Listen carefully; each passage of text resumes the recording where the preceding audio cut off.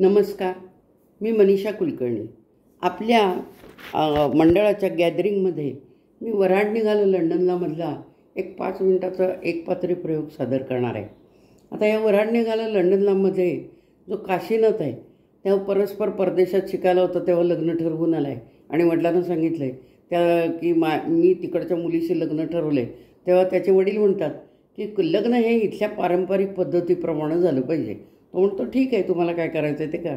मग आता ह्याच्यात 4 पात्र आहेत: काशीनाथ, नंतर बाप्पाजी आणि बबन्या आणि काशीनाथची आई. हे सगळे संवाद मीच म्हणणार आहे. घरात गडबड उडाली आहे. लग्नाच्या बोलणी करायला येणार आहेत ते. जानराव बोलणी करायला येतो म्हणून त्यांचा निरोप आला आहे. त्याची गडबड उडाली आहे आणि सगळं गडबड सुरू झाली आहे.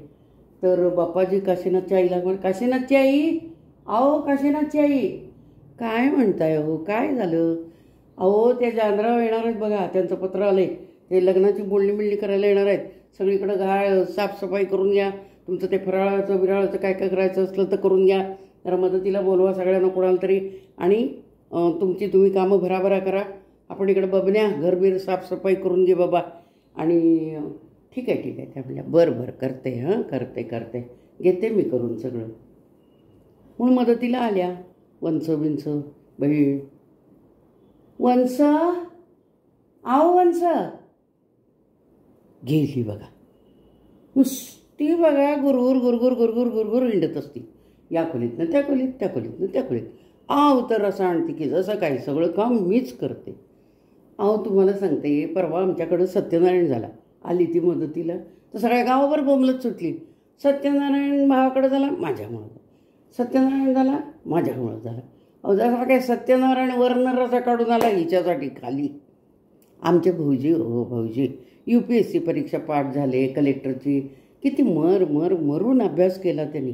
तर सगळ्यांना सांगत सुटली, माझा भाऊ कलेक्टर झाला माझ्यामुळं झालं, माझा भाऊ कलेक्टर माझ्यामुळं झाला. आता काय जशी काही हीच कलेक्टर झाली. अहो आमच्या गल्ली, आणि काम म्हणाल तर कामाला हात.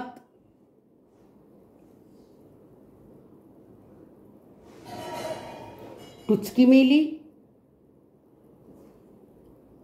आल्या काय ग? नाही ना? आल्या तर जरा सांग काय मला. बरं सांगते. ठीक आहे.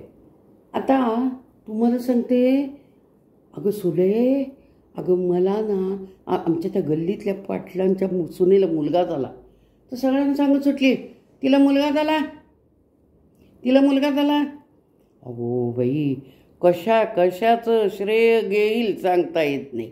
आणि कुणाच्याही खोलीत एकदम घुसती हो. अहो कोणाचं काय असते. जरा काय तरी डोकं बिकं चालवायला पाहिजे का नको. काम म्हणाल तर कामाला. अगं सुले, अगं कसं होईल ना. मला तर बाई कसं व्हायला लागलंय बघ. कसं होईल, धडधड व्हायला लागलंय. आणि कसं होईल काय होईल. सुली म्हणली, अगं तुला कसं होईल काय होईल वाटतं. मला तरी चमचम होते.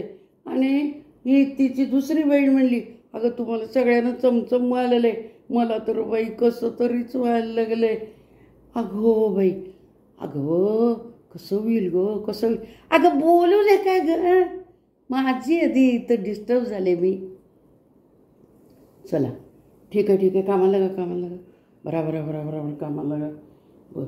आणि परवा तुम्हाला सांगते, यांच्याबरोबर जरा मी 2 मिनटं बोलत बसले होते. तर ह्यांना म्हणलं, अहो जरा तुमच्या बहिणीला सांगा की जरा कामाला हात लावत चल. कामाला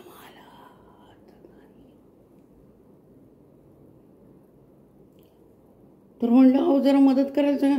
मला सोडले का, तुला येत नाही काय काम करायला, तुझी तू कर. तुम्हाला सांगते, इतकं पडा बोलले मला. अगदी जीव नकोसा झाला. आपलं माणूस म्हणून सांगायला गेले. काय करणार, नशीबच फुटकं आमचं. बापाला सांगितलं तर तरी या घरात मला देऊ नका, या घरात मला देऊ नका. पण आमचा बाप आणि मामा नाही म्हणे, मोठं आहे घर, मोठं आहे घर. कसलं मोठं घर? मोठं घर बडा घर, पोकळवासा. धन्यवाद.